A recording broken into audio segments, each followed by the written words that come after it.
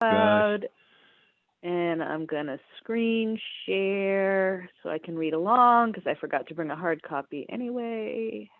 Here it is. This is where multiple screens comes in handy.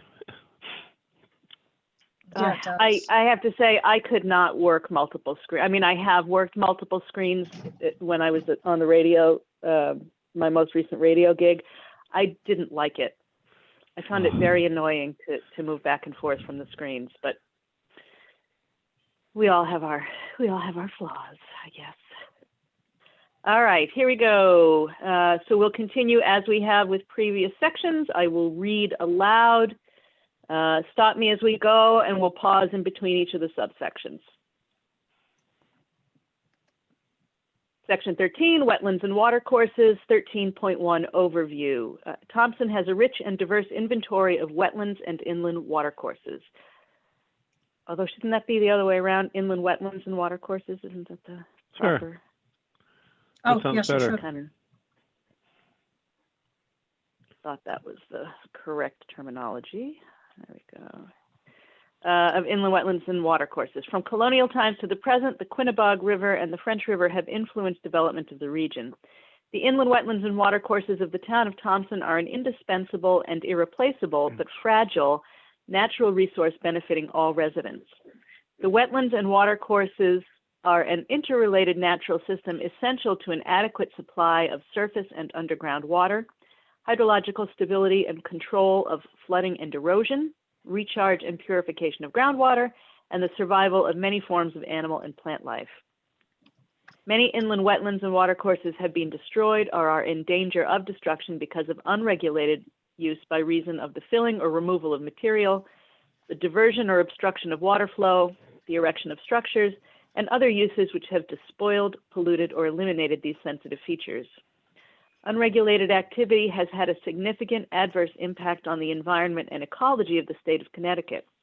Without proper oversight, human activity will continue to imperil the quality of the environment to the detriment of the ecological, scenic, historic, and recreational benefits to the state for its citizens.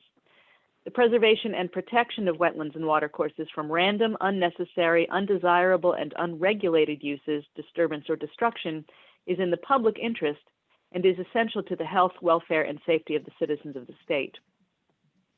Through both town and state regulations, the inland wetlands and watercourses are provided with a baseline of protection.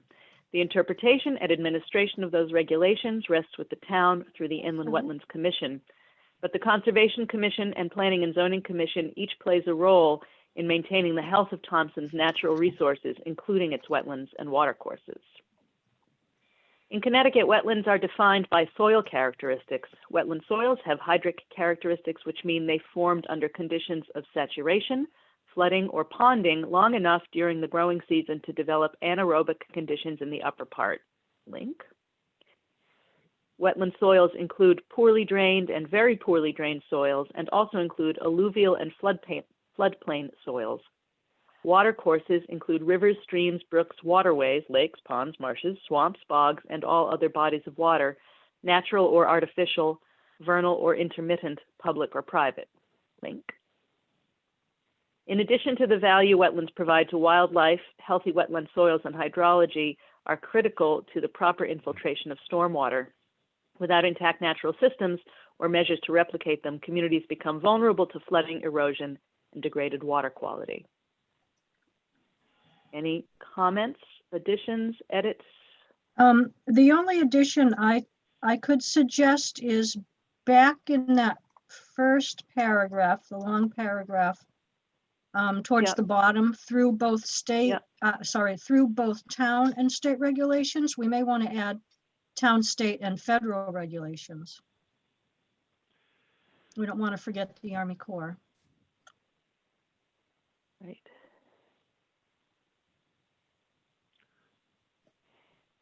Scribbling in my book. Okay. Anybody else? Anything? Is there a reference to this? There was some places we see the reference to 3 rivers, and we only talk about one. Oh, what's the third river that, I guess I should know it, but it Five, doesn't. yeah, the the 5 5 mile. mile. The 5 mile? Well, okay, that's Yeah. really, that just flows into the Quinnebog, doesn't it? No, that's in the east part of Thompson. Well, yes, it does flow into the Yeah, it Quinnebog. does. It crosses yeah. in below, let me think, it goes under In 395, I Danielson, think, and then shows up around, or Brooklyn. Yeah, Quinnebog or Brooklyn or someplace, or yeah. down that Right way. by Route 6. So maybe it's not. Yeah, I had that same thought, and I just kind of left it more or less as was drafted. But yes, the poor 5 mile river has been forgotten in a couple of places. We had to add it back in. Yeah, Charlie had something there. What was it you want to say, Charlie? The 5 mile river has its headwaters in the town of Thompson. Yes, it does. Starting at Little Pond and then flowing down. And there's some very significant wetlands up in that area of the town. A lot of them are fairly well preserved by large tracts of privately held or state properties, town properties as well. But it is unique in that respect. Plus, Judy may know more about this, but there's been a slow but ongoing effort to turn it into a kind of a blue way, kind of like a greenway, but specifically recognized as its importance for preservation and recreation. Yeah, thank you, Charlie, for reminding me. The 5 mile is a designated greenway. And that we probably should mention that in this section somewhere. Didn't know where, I kept thinking where to put it. And I said, well, Quinnebog and French are the big ones that you see on the map, and 5 miles are tucked in there. And well, maybe it's, in an effort to be inclusive, are we just, this is an opening, right? Sentence or opening paragraph, yeah. It's your overview. I keep wondering, what can we do to trim it, It's a long paragraph, I think was observed, so, or can we cut it into 2, or is there any demarcations in there? Or cut it into 2, maybe. I'm just wondering if there's maybe, I don't tell you we have to do it now, but I keep thinking that's a lot, right? And I'm wondering if we could turn it into a couple of bite-sized thoughts. Mm-hmm. I agree. But I don't know, I've got that. Just, as my notes for going back in, and the answer is always yes. You can always break it up. I mean, a lot of these were much longer sentences that, in fact, have already been broken up into sort of more discrete sentences. I hate long sentences. Formatting's not that bad. I live in the world of like 70-word sentences and stuff, and it's like, oh gosh, let me save me from them. It's just like attorneys they just can't stop. They keep writing, but it's technically right. Well, it does take on a life of its own once you start in that vein. Got it. All right. Thank you. Okay. Anything else in this first section? Nope. We covered it. Moving on. 13.2, Inventory of Thompson Wetlands. U.S. Department of Agriculture and Natural Resources Conservation Service, USDA NRCS, is the federal agency responsible for soil identification and mapping. The Connecticut Department of Energy and Environmental Protection, EEP, has used NRCS soil maps to identify hydric soils in Connecticut. As described in the 2005 Conservation and Open Space Plan, hyperlinked, Thompson has an abundance of wetlands. Almost 20% of the town is classified as wetland soils, and these wetlands form diverse habitats for a variety of wildlife. The classes of wetlands we have in Thompson are forested wetlands, deciduous, coniferous, and mixed, shrub swamps, deep marshes, herbaceous wetlands, and wet meadows, which are mostly found in agricultural fields. Forested wetlands are the most abundant type in town, and deep marshes and herbaceous wetlands are the least abundant. It is important to emphasize extra protection for those types of wetlands that are rare. They are also fragile. It is the rare habitats that contribute greatly to the variety of species we see in town. Thompson is home to a few Atlantic white cedar swamps. These cedar swamps are a threatened plant community according to scientists Ken J. Metzler and D.L. Wagner, 1998. The largest one in Thompson is now protected by the Nature Conservancy and Wyndham Land Trust. Here's a handy map that lives on the website somewhere. This map may also be viewed on the Town of Thompson website here, hyperlinked.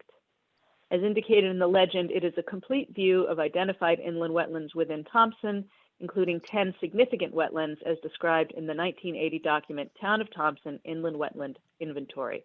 That document also includes a description of wetland types found within the town. The map above shows those 10 wetlands classified as significant due to a combination of uniqueness, size, and hydrology, indicated by U, S, and H in the entries below, identified by letters A through J as assigned in the 1980 report. And what you can't see quite as well as I'd hoped, although I can monkey with this image, is that I was able to add, this map didn't have these, I was able to add in paint the keys, letter keys A through J. A, 155.4 acres of deciduous wooded swamp along the Quinnebog River in the village of Quinnebog, northwest of the West Thompson Reservoir. Size and hydrology, significant. B, 48.4 acres of deep marsh, known locally as Jerry's Swamp, located northeast of Sand Dam Road in East Thompson, uniqueness, size, hydrology. 37.9 acres of shrub swamp between Little Pond and Sand Dam Road in East Thompson, uniqueness and hydrology. 41.4 acres of combined shrub swamp and deep marsh surrounding Long Pond and continuing south from the western edge of the pond in East Thompson, uniqueness and hydrology again. 70.6 acres of mixed wooded swamp just south of the intersection of Babula Road and Sand Dam Road in East Thompson, size and hydrology. 66.1 acres of shrub swamp between Thompson Raceway and Stump Pond in East Thompson, uniqueness, size, and hydrology. 66.6 acres of shrub swamp south of the Quadic Reservoir surrounding Lower Pond in the village of Quadic, uniqueness, size, hydrology. 65.1 acres of deciduous wooded swamp along the eastern edge of the preceding shrub swamp in the village of Quadic, hydrology again. 27.2 acres of herbaceous wetland, 6,000 feet northwest of the intersection of Ravenel Road and Bull Hill Road in West Thompson, uniqueness, size, hydrology. And 57.3 acres of coniferous wooded swamp on the edges of the preceding herbaceous wetland, uniqueness, size, hydrology. Footnote indicates the Atlantic white cedar swamp referred to in the 2005 Conservation and Open Space Plan. Oh. Another map depiction with, is that you? That's me. All right. So most of those are in the 5 Mile River watershed. Footnote. So I assume, Charlie, that's all these on this side here, or many of them. All of them to reference the Jerry Swamp, Sand Dam Road, East Thompson, the East Thompson again, Quadic Reservoir, Quadic, the village of Quadic. Those are all. So B through H, essentially. Yeah, all associated with the 5 Mile River. Yeah. Yes, and also one footnote that it may be a clerical point, but I'm not positive that the Nature Conservancy still is involved in that swamp. I think that's all Wyndham Land Trust now. I'm not positive either way on that, but I was the steward on that area along with Karen Derlosh and David Ostrowski. And we were involved in keeping an eye on that property, and it's all flagged or signed with Wyndham Land Trust signs now. So I don't know if Wyndham Land Trust actually took it over from Nature Conservancy or how that so happened. we may need a footnote here, since this is a quote, we may need a footnote here to indicate that this has changed. Yeah, or to verify. And Right. I can check. I can check with the office at Wyndham Land Trust and find out. But okay. Okay. Yep, that would be good if you could do that, Charlie. I will do that. Thank you. Another map depiction which shows the 10 significant wetlands is seen below, showing overlap with natural diversity database sites, wild trout streams, and significant headwaters. This map is particularly useful when considering co-occurring areas of high value for permanent protection along conservation lines as referenced in section 12. I actually really like this map. I was glad that Marla showed it to me. Oh, and these are incorrectly numbered. Any other comments on 13.2? The only comment I have is regarding the map, Tara, and it's just that we the National Diversity Database. Which of the three maps are you talking about, Judy? Oh, sorry, the one right in front of us now, the 13.2. This one. Native wild trout streams and NDDB sites. Deep updates their NDDB database twice a year, and so we might want to just double check. This is old data, and we might want to just double check that there haven't been any additions. Or else. So this is probably another place for a footnote then, just to indicate that the I can't even say it, NDDB maps may be outdated. Yeah. Outdated. Yeah, perfect. Or that they get frequent updates and may not match this actual depiction. Yeah, additional sites could have been added. I don't know that they ever take anything off, but they probably add. And let's see, I'm looking at the map. I reported a wood turtle in my backyard last year, so there may be at least one additional blob. So what is the NDDB? Right. I mean, on the NDDB, these are just areas they monitor, or they're just the nature of that? I'm not that conversant with NDDB. They're sites where there have been documented reports of endangered species, essentially. So somewhere within each of those circles, an endangered species, whether it be a plant or an animal, has been reported. So it's my house is in there. I keep looking at it. You know, I go, gee, I didn't know. House is endangered. Must be. Well, maybe it's me. I'm endangered. Probably. You feel endangered. I feel it. Well, I'm over there at Auger Pond. Some days, huh? On the left, you know, and it shows where my house is. I'm like, oh my goodness. That's kind of interesting. So I was wondering what it is that's, I guess I'll have to look up the NDDB areas and see what they show as listed. Maybe that's the answer. And they don't show the specific species, Judy, to avoid targeting collectors, encouraging poaching and that sort of thing. Is that right? Exactly. Yeah. Got it. So you don't know whether it's a plant or an animal. And actually, they also, this is something that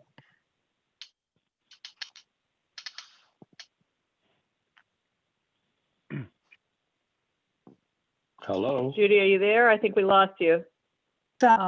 Habitats. Well, hello, can you hear me? Now we can. We can hear you now, but we don't know what you said for the last couple seconds there. Sorry. Yeah, I'm getting an unstable message. So, yeah, they also have habitats as well as as endangered species. So, okay.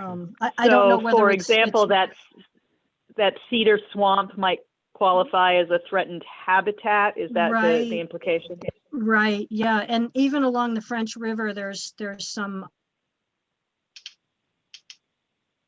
Oh, we're losing you again, Judy. What are they? Oh, for crying out loud! All right, I can see George moving, so hopefully I've still got a good connection. Can you hear me? We can hear you good. We can hear you right now. I'm gonna just. I don't know if it'll make a difference. I'm gonna plug in. We'll have to make a footnote under the infrastructure recommendations, you know, as for the town. Fiber everywhere, or low Earth satellite data. Yeah, so yeah, Tira, a footnote there would be good. And if you would like an updated map, I would be happy to provide it. The NDDB map I did download, and it's in the conservation section. Okay. Okay, then that's fine. So yeah, so it will show some overlap, but again, as we see, this is a 2003 or 2005 map. Whenever 2003 Carolyn did it, still a useful map, I think, in terms of the point. It doesn't need to be literally, actually, exactly correct, for the purposes of this document, but showing that there are overlaps, I think is Great. Okay. is the, That sounds the important fine. bit. Okay, so this isn't correctly numbered, but it's 13.3. Wetlands. Oh, Joe Brody's coming in. Look at that. We'll give Joe a second. Hi, Joe. Oh, he's connecting to audio. Oh no. Are you in? Can you hear us, Joe? Oh, a puppy. Remy Hi, decides to puppy. join. That's my field spaniel. He had to sit in my lap. He feels That's left okay. That's okay. I don't have a webcam, or you might be able to see my kittens running through the office. They love to come into the office when I'm in here. Yeah, I believe it. Yeah, I mean, he barks every so often during the calls too. It's always fun. He'll get out of my way. Go on down there. There you go. Okay, so moving on. Correctly numbered, this would be 13.3, Wetlands and Conservation. Describing priorities for the conservation of Thompson's wetlands and watercourses is an important component of this document. Wetlands provide a number of important environmental services. I wanted to change that to benefits. Services sounds like something you pay for. Yeah, good point. Services. Wetlands are areas of groundwater recharge. This is a critical service in communities like Thompson, where the majority of residents rely on private wells for drinking water. Wetlands help slow and provide storage for floodwaters and filter contaminants. Wetlands and watercourses often form wildlife corridors and provide critical habitat to many plant and animal species. Finally, wetlands and watercourses enhance the aesthetic quality of Thompson's rural character. This latter has been repeatedly referenced in this document as a priority for local residents. Therefore, the conservation of the integrity of Thompson's inland wetlands must also be given prominent attention. The protection and preservation of Thompson's wetlands is a key component of being a green and growing community. Wetlands and watercourses form the backbone of many green spaces in Thompson. The three rivers that flow through Thompson with their associated wetlands and floodplains form scenic green belts that enhance the rural character of the community. They provide habitat for wildlife and opportunities for outdoor recreation, not only for residents, but for visitors as well. Comments, additions, edits? My only comment would be I agree that changing services to benefits does sound a little better. At least in the first sentence. Maybe in both of them. It's a critical function. It's a critical function. Yeah, it is, yes. So benefits and function, I think, are both better words in those sentences. All right. Anything else here, guys? Moving on. This is actually 13.4. Wetlands and development. According to the United States Geological Survey, wetlands cover about 173,000 acres of Connecticut, 5% of the state's land surface. Connecticut has lost an estimated 1/3 to 3/4 of its original wetlands over the 200-year period between the 1780s and 1980s. Hyperlink. Most of these wetlands have been lost as a result of human activity, including the draining and or filling of wetlands to restore them for human uses. In recent years, towns have recognized the value of wetlands and the need to balance wetland protection with development. The Thompson zoning regulations stipulate that prospective developers must include low-impact development, LID, measures on all applications requiring site plan review by the Planning and Zoning Commission. As a permittee under the Municipal Separate Stormwater Sewer System, MS4, general permit, the town is required to include LID in its land use regulations. LID is a design strategy to maintain, mimic, or replicate pre-development hydrology through the use of numerous site design principles and small-scale treatment practices distributed throughout a site to manage runoff volume and water quality at the source. This is one strategy by which the function of wetlands may be better maintained or simulated on developed parcels and helps to strike an important balance between the rights, that's a typo, rights of property owners and the resilience of the town's ecosystem. To help developers focus on this important aspect of site design, an LID checklist has also been added as an appendix to the zoning regulations. It is critical that the PZC establish the habit of looking for that completed checklist with all relevant applications. Comments, edits, questions, additions? I have a comment about in the second paragraph. This is one strategy by which the function of wetlands may be better maintained or simulated on developed parcels. And I'm actually asking your opinions. Should we strike or simulated? When you read through that, it struck me as an argument that a developer could use to fill in a wetland by saying, well, we're going to simulate the functions of a wetland. I hate to leave that opportunity open to them. I would rather see wetlands preserved or maintained. Right. I see your point, although that is the literal reason that it's there, is it not? Well, I'm wondering if that's a typo and it should have been stimulated. No, it's not. It is not a typo. I typed that myself on purpose. Yeah, because well, I would prefer stimulated, and the last sentence I'd like to see it engraved on the back of the left hand of everybody on P&Z and required.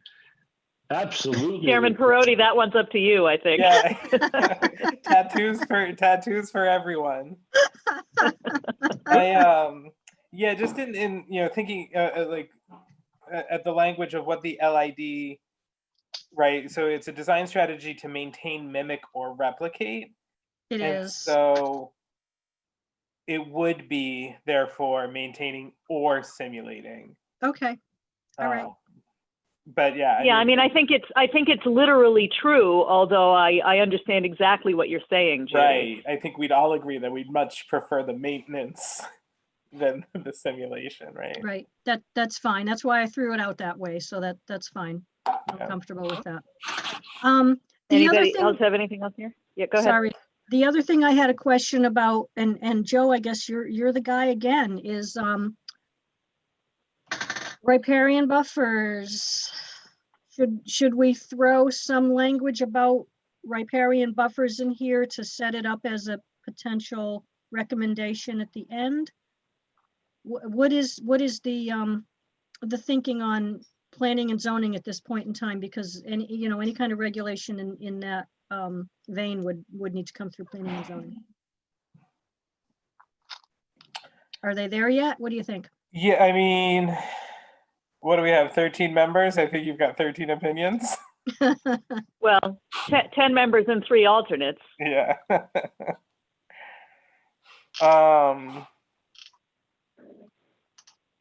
Yeah, I mean, excuse me. I think it's worth the conversation, perhaps, at the very least. Sometimes including that language in a document like this just sort of keeps it in the front of your mind. Well, it is important to remember we have suggested action steps at the end of each section. Exactly. So it could certainly be posited that a suggested action step for P&Z is, as they continue to review their regulations, to consider, which is a long way of talking around the idea of giving them the option to discuss it while saying, no, we really think you ought to have this. Yeah, I think still very, very few towns in the state have adopted regulated riparian buffers in their planning and zoning commissions or in their planning and zoning regulations. It's still a real hot topic. Are you aware of any who have specifically, Judy? I'm thinking there may be a town or two out in the western part of the state or the southwestern part of the state that may, but I can't think of any towns specifically right now. I can tell you that one of the topics that we had quite a bit of roundy round on as we were rewriting the regs was that a lot of us were generally in favor of building in more conservation type stipulations but a very compelling argument was presented that the authority of the P&Z runs out when it's talking about species. So I wonder if the riparian buffers language would have to be very, very carefully constructed to keep it within the mandate of P&Z, which might be why you have so few towns that have adopted it. Yeah, and I couldn't even think of any language that I could recommend for review. I could do some digging. I just wondered, what the tenor on planning and zoning was, and if this was something that we should include in this document at this time, or. Yeah, I mean, I think here raises a good point. I don't know if there would be. I would think the preeminent opposition would be based on authority, if that makes sense. I don't think there would be philosophical. Yeah, I think the planning and zoning commissions have the authority to create a riparian buffer. I think the argument has always been, does it constitute an illegal taking? And to my memory, that's usually what it comes down to. Charlie, I think you were on Wetlands when we had discussions about this, I think many moons ago. I don't know if that rings a bell with you or not. I don't think so, because I joined the commission shortly after I moved to town and realized that at that time I was still traveling quite a bit for work and couldn't reliably attend. So I resigned the commission and then realized I was a whole lot better off just retiring and doing what I wanted to do. So I came back on after you left, shortly after you left the position. That's right. Yeah. And you might consider. I'm sorry, Charlie. Go ahead. No, that's fine. I was going to suggest that, it might be best, given the fact that a lot of folks perhaps don't even know what a riparian buffer is, and certainly I think everyone here obviously does, and that we should assert it and let them try to challenge it rather than weigh in and say, well, we don't have the authority, maybe it won't happen, maybe too expensive. Let the argument against it come up later. At least now we can assert for the next decade that it is part of it, and somehow, make it an aspirational component or something. Right. Yeah. So that being the case, is it worth articulating in the section on wetlands and conservation what a riparian buffer is, right? Yeah. And describing its value? I have to confess, I didn't know what one was until I took a course on it, or there was a video about 6 months ago that was put out by one of the environment, the town, the state, or one of the sections that had a whole great riparian buffer, what they are, how they work. They use it as an illustration, one that is off of just towards Senexit Road over in Woodstock, before you get to the golf course down there. There's this whole little video about this riparian buffer and what it does, how it works, and why and what. And I said, boy, those are really good. We should have more of them.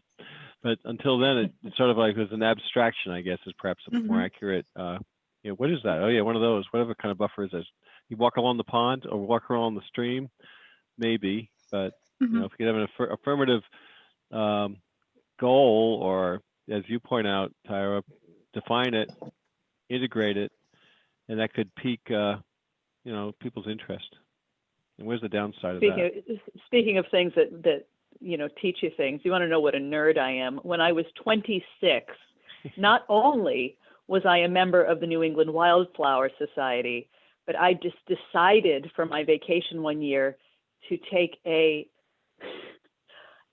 landscape architecture master course at the Conway School of Landscape Design, and the topic was reclaiming riparian buffers. It's just the only reason I know what they are. Let's not forget this is all being recorded, so I don't want to get anyone in trouble here. Yeah, well, I think we should have it in there somewhere. So put it Yeah, in. I'm a Tara, hardcore nerd. I think you're right. I think that section is a good section Yeah. to include it. And if you like, I can throw together a little bit of language for you I would love that. tomorrow and send it, and you can add in the knowledge that you gleaned from the Conway School and What I really learned was that coir netting and riprap is your friend. That's what I really learned. Okay, 13.5, Inland Wetlands Commission Roles, Responsibility, and Advocacy. In 1972, the Inland Wetlands and Watercourses Act, sections 22A through 36 through 22A 45 of the Connecticut General Statutes was enacted. This legislation created a land use regulatory process which considers the environmental impacts of proposed development activities and is implemented and enforced through regulations adopted by the Municipal Inland Wetlands Agency. Established by Town Ordinance 10-011B, which is hyperlinked, as a separate entity from the Conservation Commission in 2005, the Inland Wetlands Commission, IWC, has the authority to, and this is all paraphrased, publish regulations in accordance with the Inland Wetlands and Watercourses Act, consult with qualified professionals to facilitate the proper application of those regulations, advise and consult with other municipal bodies regarding the proper application of those regulations, participate in research relevant to the mission of the IWC, inventory the wetlands and watercourses within Thompson, develop programs to further the goals stated in the Act and the IWC regulations, and, emphasis added, exercise all incidental powers necessary to enforce regulations and to carry out the purposes of the ordinance. The IWC is composed of 7 volunteer members appointed to 5-year terms. They are advised by the Inland Wetlands Agent, who receives and processes applications for wetland permits, investigates wetlands complaints, assists residents and developers wishing to develop within regulated areas, and enforces the town's inland wetlands and watercourses regulations. For the purposes of the IWC, regulated activity means any significant activity, and this is Carolyn's note, so we'll get that, within or use of a wetland or watercourse within 100 feet of wetlands or watercourses, and within 200 feet of the 10 noteworthy wetlands and or watercourses in Thompson, as identified in section 13.2. So Carolyn was concerned that this starts to creep into legal language where significant activity requires what? Public hearing, right? That's your standard for the IWC? I'm asking you, Mr. Chairman O'Neill. Yeah, I know, I'm listening. Carolyn probably has more hands-on experience dealing with this than I do.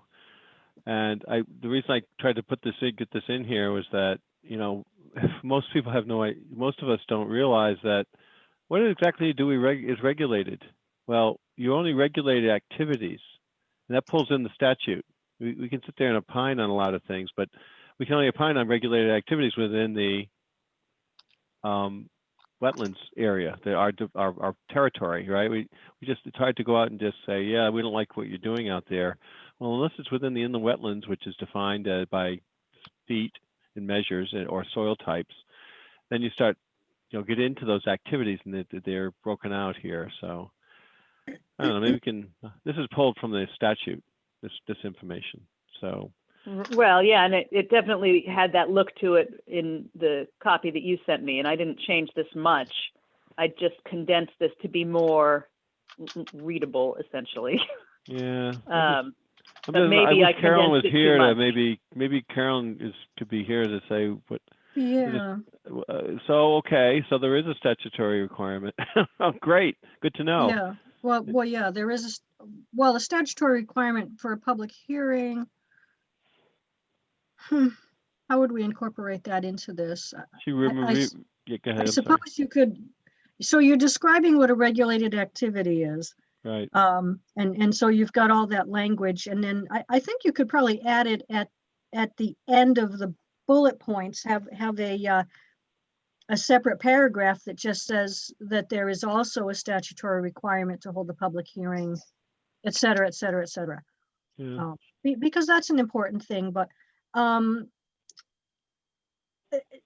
inland wetlands also has the authority to regulate an activity outside of the upland review area, or an activity in the upland review area that may have a major wetland. impact. Yeah, So, impact. The impact. That's the impact on the wetlands, right? That's the yeah, the tangential component. You know, if someone has a gravel pit that's impacting the wetlands, then they can do it. If they have a gravel pit that's near it but not impacting it, you don't. So right. it's, proximity doesn't necessarily result in impact. Yeah, if you can the demonstrate that there'll be a significant impact, even if it's outside of the upland review area. Yeah. I haven't read the regulations in quite a while, but I think I do recall that. Charlie, what do you think? I mean, I tried to. you What do I'm have trying the to ability to- emphasize is that this isn't. There's a lot going on that people don't realize, and if you're looking at what's going on in Thompson, what do we have to be concerned about? These kinds of activities, any activity, and it talks about removal of material, changing the natural channel. There's so many people that do stuff. I think people that matters that come before the commission are all too often perhaps well-intended or uninformed individuals that do something. They aren't saying, I'm going to go out and violate the statute. They're saying, well, it's a mess. I'm going to clean it. I'm going to make it better. I'm going to clean it up, and say, whoa, you can't do that. They just don't know. That's correct. And maybe they don't read So these let me things. ask you this So maybe question. they aren't our audience. So here's a question. When we were compiling information, for example, for the Planning and Zoning Commission for the town's annual report, one of those pieces was how many special permit hearings were held, and we just compiled that. So did you guys do a similar page for the annual report saying, we had this many public hearings for activity within this regulated area to demonstrate how much of this goes on annually? Yeah, I read the report and from page to cover, and I noted there was a reference in the wetlands, and I'm not sure how much time perhaps we had to respond to it. I felt like I was reading it for the first time, so I don't know. But did you get any feedback on this or input on this, Charlie? No, I didn't. But the 2 points that are popping into my mind now, the last public hearing that I can recall was relevant to the tying the Marianopolis school into the public wastewater system because of their lagoon, which was not able to meet current state standards. And that activity was not taking place in wetlands at all. There was some, but mostly it was not. The other thing is that I have a continual frustration over the fact that we are so tightly regulated. It can only be the impact within the 100-foot upland review area. And there are times when I think that, okay, so you're not in the area, but you're doing this, and it's detrimental to the entire ecosystem, but I can't talk about it. I can't look at it. Jurisdiction. You run out of, Yeah. What's a breach of, what's the, our grasp is one thing. We can only reach so far, and we're sitting here with, we wish we had longer arms here. Sometimes, but. So here's another question then related to that concern. Can, any of you, but I would say that's mostly George, Charlie, and Judy, recall an instance where the Wetlands Commission was prohibited jurisdictionally from reviewing a case that then proved to have detrimental results? Because if you have an exemplar of a case where your authority was limited and it had negative consequences thereafter, there is your case for saying, if our authority had extended to include X, this potentially could have been avoided. Yeah, the gravel operation on Aquatic Farmtown Road. We had a very limited scope of area that we could look at, and the impact wasn't so much on the wetlands, but it was certainly on the reputation and the smooth operations of the commission. and it's still it's quieted down a lot. They're done, and they're putting it back together, and it's not as bad as it was. Yeah. You know, there are very few things in the area of violations. One where they were apparently taking water from the well at that house and using it for dust control, and their permit said no, they could not do that. But you know, we had a lot of people were very upset at us for not doing more to protect that open space, and we just could not. We could not. Was that the one by Rocky Brook, Charlie, or is that a different gravel operation? It's there've where Spicer Road joins Aquatic Farm Town Road. Oh, And the one right across the street from Yep. that intersection? Yes. Yep. And That. you know, we went out there, Marla and I have a feeling somebody else was with us, but for certain, Marla and I went out there and met with the people that were doing the project, and we had the landscape drawing, and we walked around and we said, okay, so here you've got this, and you're not going to be within 100 feet of it. You know, 105 feet, but not 100 feet. Right. You know, those were things that were just shoehorned into the project that made it legal for them to do what they were doing, Right. and very unpopular. Yeah. Boy, we didn't get hate mail, but we sure did get some derogatory It comments. wasn't the best location. I remember seeing that application and thinking, that's a pretty location, you know, when you're at that intersection looking out over that little wetland in that field there. And I thought it was kind of sad that was going to be impacted. I mean, you know, the thing that occurs to me is that the Wetland Commission could consider expanding the upland review area. Although when we went from 50 to 100 feet, it was extremely controversial. So I don't know if you want to take on expanding from 100 to something else, 150 or 200. Putting bamboo slivers under my fingernails might rank a little bit higher. I mean, it could be a recommendation. It doesn't mean you have to pursue it, but I will say this. One of my last comments to one of the most vociferous of the complainers who wanted to preserve this farm was the people that inherited the farm sold it. You know, they knew who they were selling it to, and they made the decision to sell it. It wasn't us that sold the property.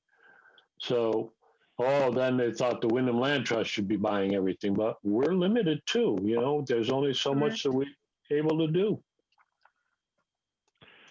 Yeah, education is part of the process, I think, also on this. And I guess the spirit behind this section was that, hey, that you know, there's a lot of activities and a lot of things you can do and can't do. And for those folks that are, you know, concerned about what are we going to do for the next decade in the town, then be aware of the fact that, you know, in the wetlands our focus is on activities within the regulated activities and significant activities, and within the wetlands, and that's demarcated, pretty clearly defined. And after that, you know, you have to pay attention to it, because I think a lot of folks aren't aware of it.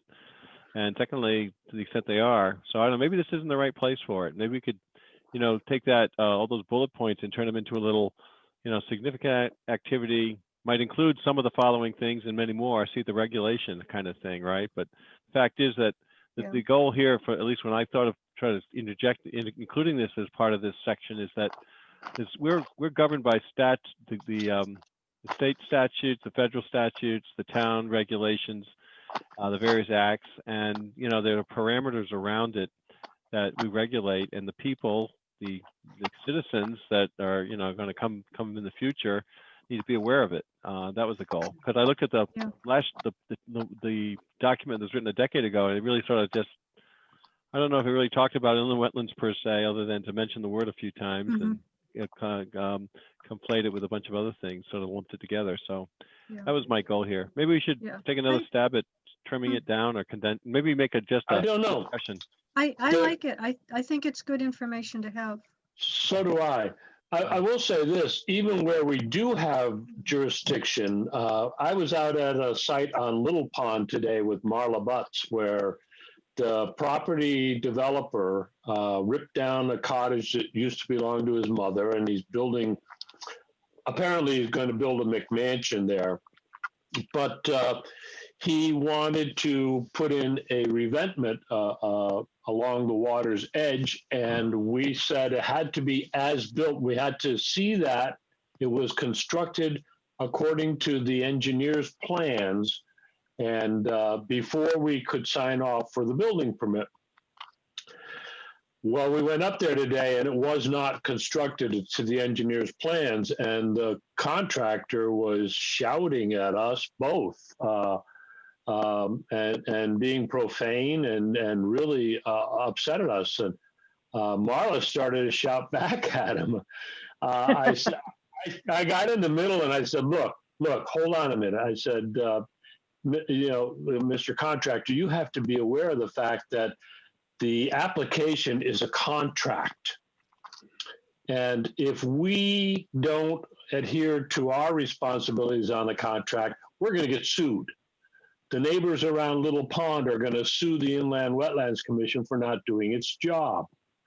Now, he began to calm down, and he apologized for losing his cool at us, but he's right on the edge of Little Pond building this wall out of great big boulders, which we knew they were going to do, but we said it had to be done to a certain slope, and he didn't do that.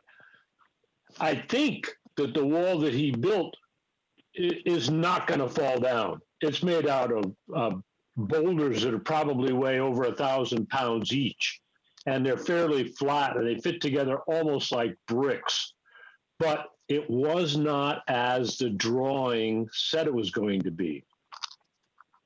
So what is it?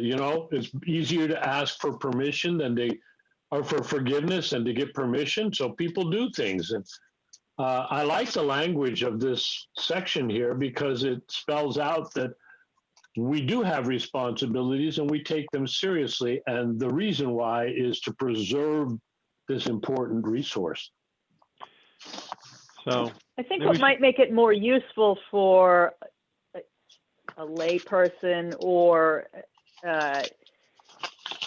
somebody who wants to perhaps look at this as a developer and then later say they didn't understand is to have exemplars of each of these, an activity involving removal of material which may have substantial effect, such as a case when, or, I think that might be the thing that moves it from, we're worried about how it conforms to the legal language.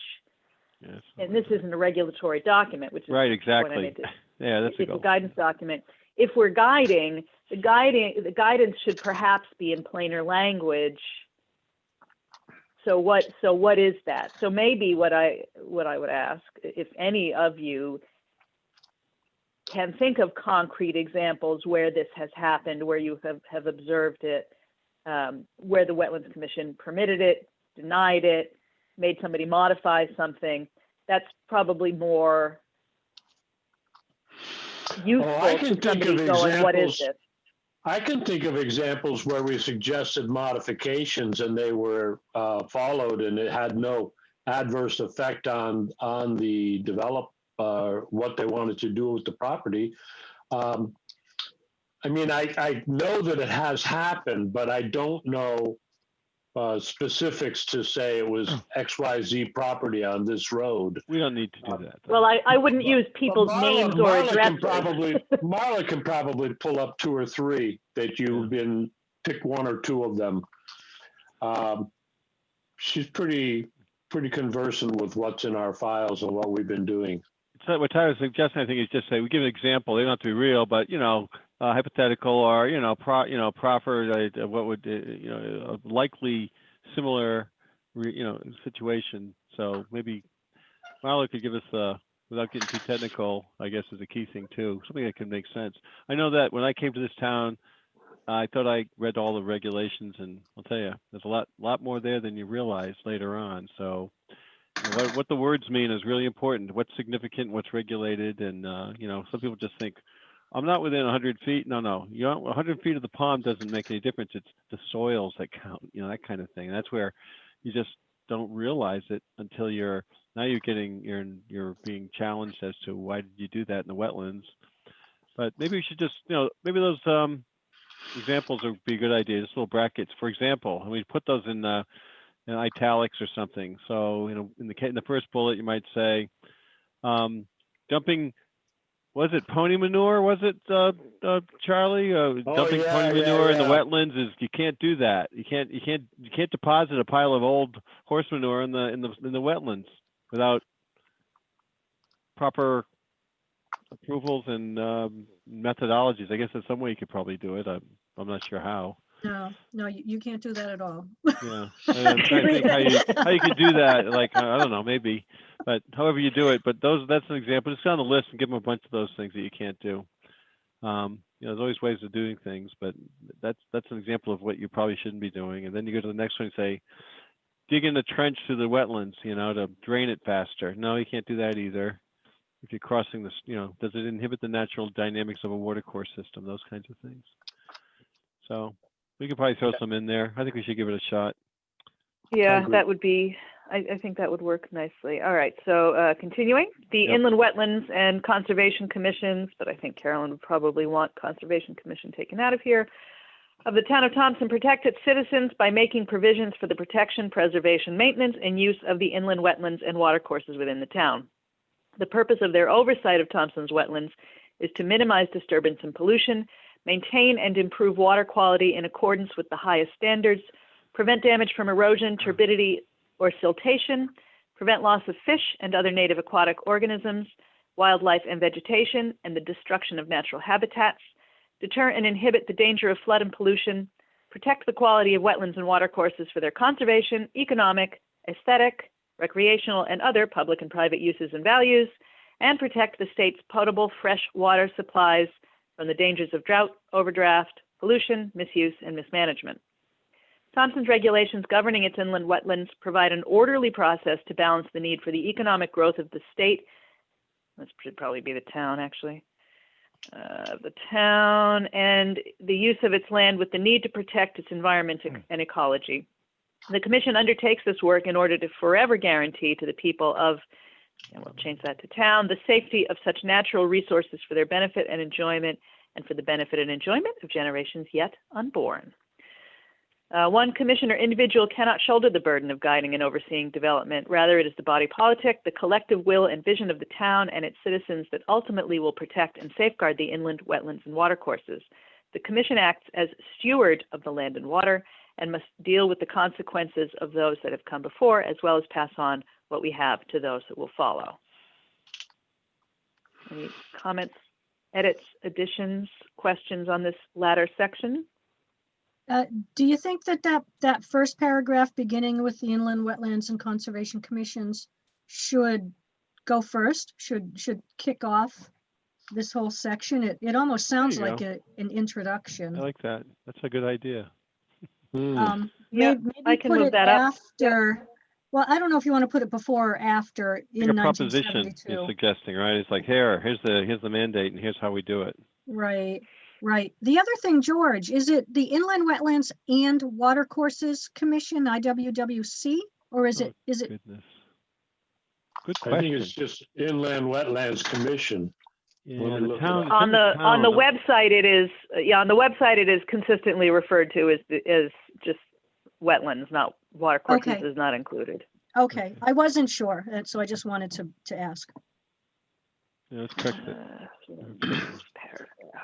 Now, I haven't. Well, it's in the wetlands and watercourses within the town. We're talking nouns and verbs now, okay? Those are things, but they can put it in different ways. Yeah. Chop it up. Be consistent. Yeah, I can move this up. That's town ordinance and see how the town ordinance refers to it. Cool. I think that. Did we get that updated? think we did, but we took it to the town meeting, and there was a lot of people that were upset, and they were just voting no on everything. I don't remember. In I really Thompson? don't remember if it was finalized and approved at that meeting. I would have to double check on that. I have a question, something about water use that could impact the aquifers that isn't mentioned anywhere, and I don't know that anyone's ever thought of it, but I drove by a house today that had their sprinklers on, watering their lawn. Right. And sure, they're pulling it out of a well, okay, but that's pulling it out of the groundwater, it's pulling it out of the aquifer, and I'm not positive that that should be winked at.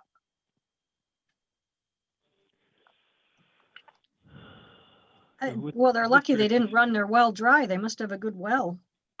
Probably it's one of the big houses that are up on a hill here between my house and 395. Maybe they have water. Don't they have water up there? Do they have what up there? Don't they have water? It's not supplied by. Nope. No, they're on well. Oh, they're wells up there. They're all on wells, and I've got problems even when when it rains a lot. I'll have problems if I overuse my well. And I got a new house that moved in down the street from me, built the house. I don't know how they got it past P&Z because it certainly doesn't meet the requirements for the historic district up here, a McMansion, and I'm going to be astonished if they don't have water sprinklers for their lawn. Do we have a separate section for the water authority? Isn't that your commission, Charlie? The water pollution? Okay, maybe I'm thinking of you. Do we have like a separate water authority that covered that?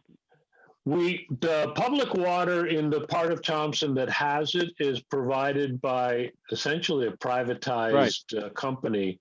So look at the jurisdiction on this subject. Yeah. Now I'm seeing indication that I'm thinking Tira's having some bandwidth problem. I don't even know if she's on right now, but I'm here. I'm just listening. Okay. I'm just listening to you guys right now. Okay, I kept seeing your name pop up on the screen with a ribbon, and I thought it was telling me that you were being bumped out. So no, I went to look at the ordinance to see what the title was, and it is just for Inland Wetlands Commission. Yeah. Okay. So the 2 points then, or I guess the 3 points that we might want to think about including the public water supply, the wastewater treatment plant, and the use of private wells during a drought, which might have an impact on the water table in the whole neighborhood. Yeah, the aquifer protection sprinklers. Regulation. Yeah, when you mentioned that, Charlie, that was the first thing I thought about. And I don't know, Tira, I can't recall offhand. Do we discuss drinking water this document at all? It wouldn't be. We haven't really, but we probably should somewhere. It should be. It should be a section somewhere. Well, we have all this huge increase in population over the next 5 years as a result of the depopulation of major metros, and they come to Thompson and Putnam and everywhere. So you probably need to advance. I know that when I lived in more densely populated. What? I still think you're a little more bullish on that issue than I would be, although I do think we will see an increase in density. Yeah. I think you are more optimistic that trend is going to continue long term than I am. But either way. But it is still worth considering because it is an issue of public health and safety. One thing I noticed that living in another town, in another state, and we had water, that we had a drought and the water low levels, is that the town regulated the water that was the public water supply, but they, if you had a private well, they didn't, you had more latitude. So I know there's that thought that even though it's the aquifer isn't like just under my house, it's it goes for miles or whatever. So I just keep wondering if this is a technical question that we should get guidance on, but or refer to it in a general way, perhaps. Is this intended to be legislation or regulation, or is it more of a guiding document? Well, I know that when you do see, and I see this more in Massachusetts than I do in Connecticut, I do see that during times of drought. You'll see people posting signs, private well water in use. In other words, keep off my lawn, I'll water it if I want. Right. And Massachusetts certainly also has a robust regulatory structure. So I would not be surprised to find that is more or less the standard. Yeah. That it sort of laissez-faire. If you run your own well dry, good luck to you for being stupid. Yeah. But obviously that does have a relationship to other people's wells, right? Yeah, sure. Oh, so I don't know. It's a good point. Where to put it, I'm not sure. You always talk about, put an aspirational component that says something like, we've there's interdependencies, and we should conserve our resources to the extent is reasonable and prudent. Well, it's not necessarily inappropriate to include the public water supply in this section if we change the title to water resources, right? Make it more general. Yeah. The great deal about inland wetlands. Yeah. And then public water is addressed as well. Do we have a section about public utilities? Do we discuss the sewage treatment plant? Because it could go maybe in that section under the heading of just public utilities. We briefly touch on the public utilities in the section on infrastructure, section 4. It's a very, very brief section, not least because almost everybody's on private water and sewer.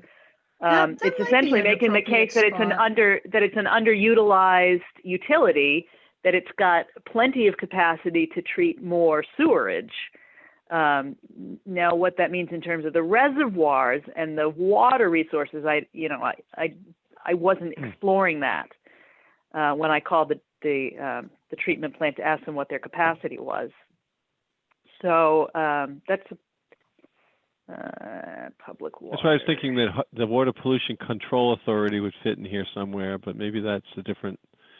Do we even have, who controls the sewage treatment plant? That the officers are elected. I'm one of them. Okay. And we are. It's really run by a part-time director, and at least we have been able to identify things that needed to be updated on a 50-year-old plant, and most of them are done. So it's functioning. It's functioning up to design and specifications. So that part's good. Yeah. The taxes for the public sewer is handled through the taxation office, and the Orla Rafferty handles the balancing of the books. Okay. Right. And so I guess we just basically meet and approve the bills. So it's sort of tangential to the fact that we've got inland wetlands in the overall thing. It's sort of a downstream management of a utility, the WPCA or whatever you've got here. It's I guess I didn't know much about it, and I probably need to learn more. So anyway, it might not be inappropriate to address the two public utility functions separately. I mean, sewerage is already addressed in infrastructure, and if we do change the title of this section to water resources, the relationship between, because even if it's coming from a reservoir, it's still got to get recharged. It's still a part of a wetland system, really. It's just how it's delivered to people changes. Yeah, I just keep wondering if we should have subject matter experts on this. Like, is that how it really? I'm not saying it doesn't work that way, but I keep wondering if what our understanding is that we don't. What I'm saying is let's not create a constraint or a requirement that we're not certain is one that will be beneficial. Now, intuitively, it sounds like it would be, and I don't disagree with you on that point. But I keep wondering if it's. Lots of time people, like, for example, here's a better example. A lot of people say, well, it's winter's coming, I'll help feed the animals, I'll feed the deer. And, you know, because I know they have a tough winter and I'm going to put out stuff and make sure they eat and put out grain or whatever. Well, that can kill all the deer because the deer have evolved over thousands of years and their systems change with the seasons and they learn to eat other food sources that are based on their environment.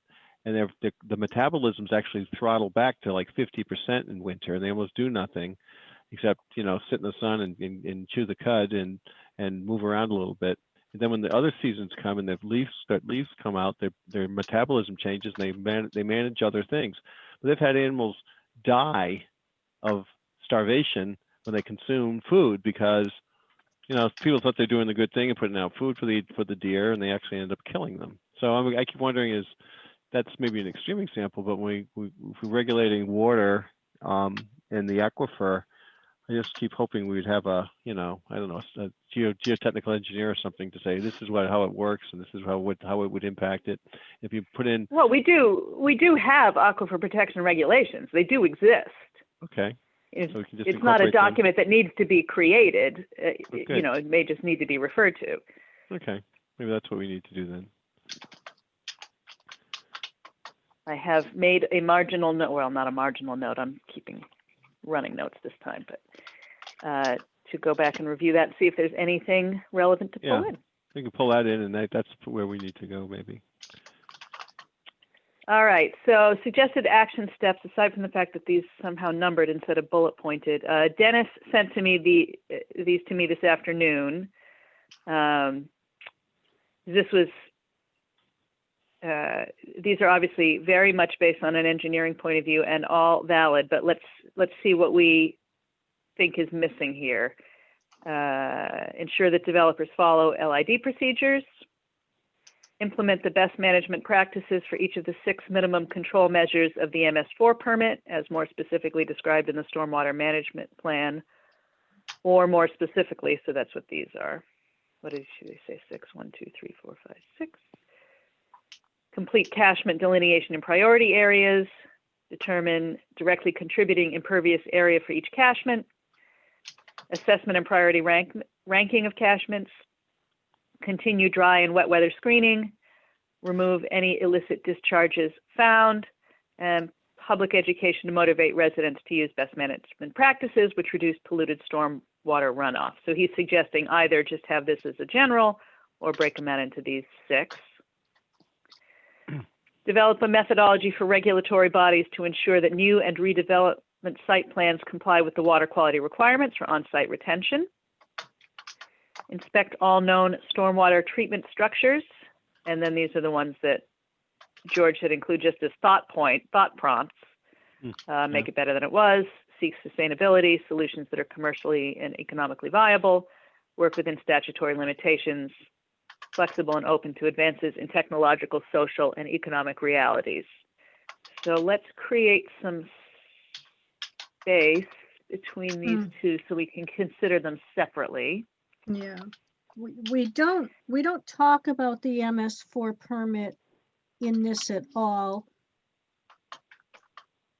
We do in the infrastructure section, just a teensy bit. Yeah. So maybe either we need to refer to it here or we need to move those action steps to that section, because otherwise they just don't tie in well, and I think they'll confuse the reader. Fair point. Sorry.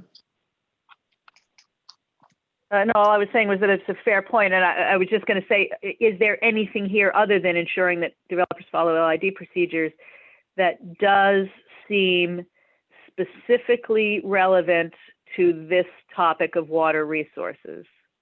I would mean, say this is relevant, but it's more infrastructure related. Right. Yeah.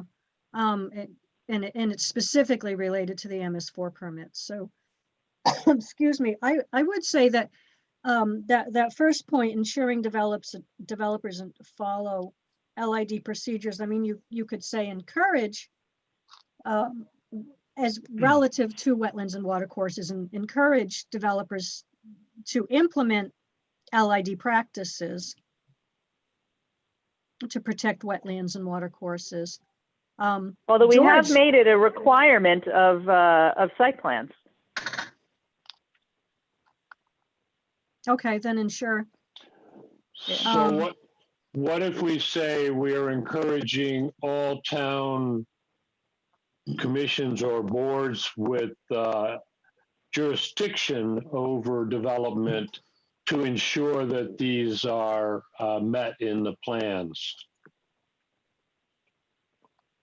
That way Yeah, we're putting more of the onus back on our colleagues at town hall, and it's less likely that it'll slip through. Yeah, and that's a fair point, Charlie, because that is a new, it's a new requirement in our regulatory structure, although I don't think it's a new requirement for the purposes of the MS4 permit. It's, you know, it's only recently been articulated by us specifically. What do you think there, Joseph? You've been quiet. You're on mute. I'm just taking it all in.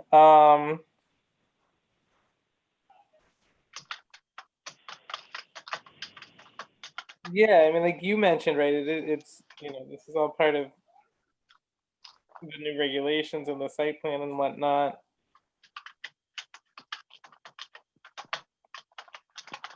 I mean, I think I have a way probably to phrase it as required by updated regulations. So what is okay, so if we're going to move these to infrastructure and we're going to flesh this out, which I think I can do, how about these thought prompts? Yeah. What are the specific actions that we want to posit? I would say educate the general public about the values and benefits of wetlands.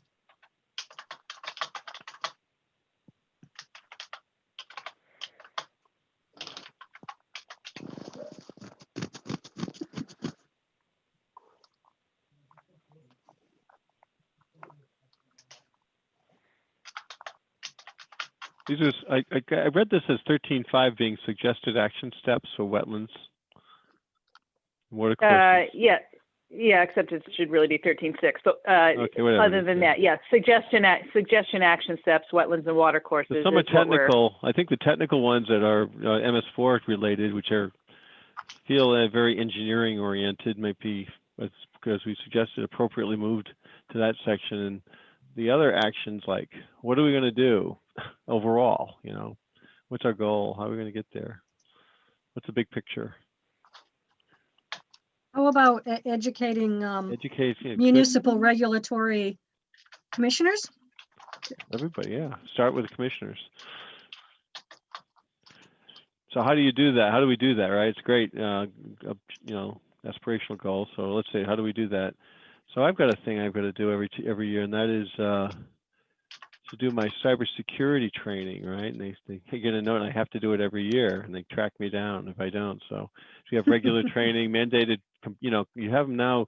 It's like almost not a survey monkey, but it's that kind of, you know, online education where you have to go in. It takes you 15 minutes, and it refreshes your memory on the things you have to do. Right. So I wonder if we could have a, you know, autopilot kind of thing that every some level within the town must complete these things. That, you know, reminds you of all the things you do and what you're not supposed to do. Right. Well, DEEP has that nice program for wetland commissioners. Yeah. It's a program, but you guys on IWC, for example, you are not required to take any such coursework, right? When you get appointed. Yes, we are. You are. It's state mandated. We can take it online. It's very comprehensive. Good material. It provides a lot of filled in some gaps that I didn't have, and I think George might say the same thing. And then I'm about due for a renewal on it, but does it expire, Charlie? Did it expire? I think a refresher. Judy, you might know. I think it's every 5 years or something like that. We're supposed to, and if we either have to attend certain number of workshops or seminars, and there's one every year, or else we have to go back and take the whole course. It used to be you had to attend all 3 workshops when they did the in-person workshops. But I Yeah. don't know if Deep is still doing those. I think maybe they only do one a year now, and you can watch the videos that they've prepared. Is that how it works? I don't know, because it's been a couple of years since I attended any, but when she says the 3 workshops, Tara, they're different topics. One is a legal aspect. One is the latest regulations, and new science, I think, is a third one. Those are different things that we're expected to stay concurrent with. I just completed the course in July, and it was very interesting. I learned a lot of stuff that I just had never been exposed to, because like, I mean, whatever, even if I suppose if you'd taken it, 4 or 5 years ago, I'm sure they've changed a lot. I'm trying to remember if it was a requirement that you had to do it. I know that the commission, in order to keep our state certification or qualification, we have to have at least one commissioner that's completed the course. I know I've completed it, and I'm sure others have. Marla has a folder with all this stuff, and they issue you a diploma or certificate. And basically you take Chapter 440 of the Wetlands and Watercourses Act, and you drill down to all the different components, and we've referenced that in our sections 22A, 39, and all the various sections that talk about it. And that's where the mandate comes from. It's in the regulations, the statutes, general statutes. And they cover everything. I actually took notes throughout the entire training, the most recent one, and they're quite extensive. They are. I don't remember how many pages I took, but it was something like 50 pages of notes or something. Wow. So yeah, and two things. Judy, talk to me about the watershed plan. 142 pages, rather. I'm sorry. The French River watershed plan? Is that we have one that's specific only to the French River? Correct. Well, talk to me about it anyway. Sorry, I'm trying to think of how we could fit it into this. We do reference it in other sections, I think. So the French River watershed plan basically identifies water quality impairments within the French River watershed and provides recommendations, management practices, structural management practices, behavioral management practices that can be implemented to reduce the sources of pollution so that the impaired water bodies will no longer be impaired, essentially. Trying to think how that might fit into this section. If you wanted to expand this a little bit more. Yeah, I haven't looked at it in a couple of months. Resources rather than wetlands and watercourses. I could probably write something up. Yeah, I haven't looked at it in a couple of months, but I know much as we are intending to do with the end of this document, it does have sort of a table of recommendations. Oh, that's a key component of it, yes. Yeah, so, possibly articulating some of the more achievable ones, certainly. Right. Or the key ones, maybe that is important here. Because I don't think people are generally aware of it. I mean, when it came up for me, as you know, it was concerning that salt shed issue. Right. Because it got referenced in there, and I was talking to what's his name, Eric Thomas. Yes. About possible grant programs to mitigate that, but that's neither here nor there. So that was the first time I had seen it. And that also does seem to have similar kinds of recommendations that we're making throughout this document for other things, which is to say some that are educational, some that are implementations, some that are short-term, some that are long-term. Right. I wouldn't want to repeat all of them here, but some that are most relevant, again, or achievable in a 10-year scale, or ones that can be extrapolated to other issues of Thompson's water resources. That might be helpful here. Yeah, we might want to expand this to be water resources rather than just wetlands and water courses, or wetland and water course resources or something like that. And then maybe we could expand it to include some of the things we've talked about, like aquifer protection, or the French River Plan, the 5 Mile River Greenway, things like that. Sure, I can do that in the next day and a half. Nothing else do all to the do, stuff right? you do. No, You need a pay raise. I've only got two grant letters of intent to get out before I leave for vacation at 2 o'clock on Friday. Oh, Well, who takes okay. vacations? I do. I earn them. I take them. I can try to throw some language together. That would be I've got a note here. fantastico. I've got riparian buffers, aquifer protection, French River Plan, and 5 Mile River Greenway. Charlie, you were going to say something? No, I was going to say, I think most of what you're being asked for now will be cut and paste. So yeah, you are doing a lot of work, and I agree with George. You deserve a raise. So, or maybe more vacation time, however you're compensated best. So, but yeah, I think most of what we've just been talking about these last few minutes will be cut and paste. Figuring out where to put it in, I don't know. But if you can get a draft back out to us before you go on vacation, I think that we ought to be able to take a look at it and decide if there's anything else that jumps out and says, fix this. Well, what I'll do with this is what I've done with the other sections, which is to say between, tomorrow and Friday, at least half of my day on each of those days, I will spend updating this section with what we have discussed today. I'll get as far as I can get with it, and then I will send it back out to everybody. In the complete updated draft. So you'll have it there. And like anything else, I'm taking comments on everything, right? So if there's a substantial section in there that comes back to me, I'll plunk it in later, whatever I wasn't able to get to or whatever new material comes out. So, and so far that's working pretty well. There are a handful of sections where we have a little trouble.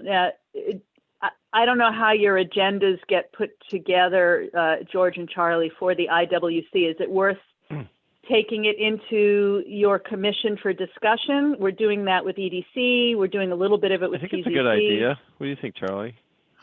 Yes, I do think so. Draft or something. The draft and the timetable. Let's see if we get it in for the November 10th meeting, which I don't think I'm going to be able to make, George. I remember I said that, but if we can get it into the hands of the commissioners by November 10th, we can have final comments back to you before the end of November. Yeah, I'm going deer hunting on the 12th, so I'll do it right away. But I think it's a good idea. I mean, they say, hey, here's what we have. There's in the Wetlands Commission section. What do you guys think? And we'll get some comments back, on that. Because and some of these technical questions, we can, refine.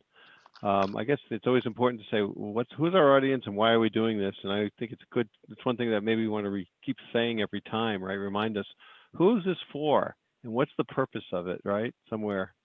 And it's not a bad idea to remind everybody as they're reading through 100 and some odd pages. Yeah, and of course, for the review, they're not being asked to read through the 100 and some odd pages. They're just being asked to read through the 7 to 10 that it ends up being on the section. But right. Yeah, and it is a question that's always worth keeping in mind. Who are we writing this for? And keep repeating it. We're writing it for use of the town to guide them in their planning. We're writing it for developers who want to know, what the philosophy is. But we are also writing it for people who are interested to know how these things work. So that point being relative to like these bullet points, which are very dry and statutory in nature. Yeah. It's like since it's not a regulatory document, right. The examples in plain language might be the better way to illustrate what we're saying. Or compliment, yeah. Yeah. Amplify And, the and, message. and similarly for the action steps, if you give people an action that they can understand and want to see moving forward, I think that's sort of helpful too. Yeah. All right. Anybody else got anything before we wrap for the evening? Hour and a half. The silence. Hour and a half. Busy. Yeah, I'll, as I said, I can work on those sections or those additional topics over the weekend and get something to you. I'll try to give you As examples. always, I am grateful for having so much help on this. If I had to write this whole thing by myself, I think I would cast myself off my widow's walk from my roof deck. Don't worry. We plagiarized heavily from other places, so it's it's a collaborative effort.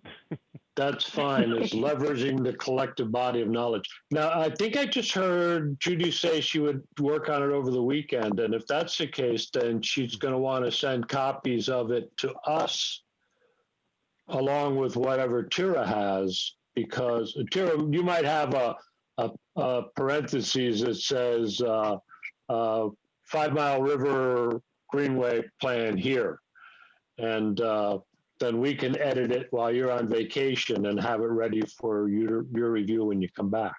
There you go. That sounds Works fine. for I me. can do that. Okay. Yeah, Good night, everybody. Yeah. Thanks, if I don't Tira. talk with you before then, enjoy your vacation and Thanks, guys. stay you sent safe. this copy? You sent this copy that we reviewed this evening. You already sent that out, right? It doesn't have this last bit from Dennis because I got that late in the afternoon, but what you will get from me on Friday will. Okay. All right. I just want to make sure so I'll try to take a look at those, try to provide examples of those bullet points maybe to amplify, like for example, such as this, kind of thing. Yeah, Nothing and real. I'll highlight something, I'll just highlight stuff like this just as a prompt, Yeah. The blue stuff, I'm like, okay, I don't know. The blue Maybe stuff is fill that in. Carolyn. The blue stuff is Carolyn. Just maybe we can put a footnote in there. And by the way, these are all part of statutory items. I mean, but I didn't think we were talking statutes so much as we're talking about, hey, pay attention. Some things are regulated. You got to think, you got to think about these things. That's my concern. We have people trying to intentionally or unintentionally, who knows? Hopefully most people wouldn't knowingly try to violate something, but I think most folks are just make a mistake and they don't realize it, or they tried to make it better. And, oh, the contractor said it was okay, so I can do it, And I can see that happening. The average homeowner says, hey, we have those trees, but don't worry, we'll take them out for you. Well, what about regulation? Oh, don't worry, you don't need one. It doesn't apply, kind of thing. Yeah. Yeah, no, I'm sure that happens more often than it doesn't. Okay, guys, good work for tonight. I will talk to you all upon my return. Hey, good. Okay. Thanks, Tira. Enjoy your Bye. vacation. Tara. Bye, guys. We're out of here. Bye. Bye.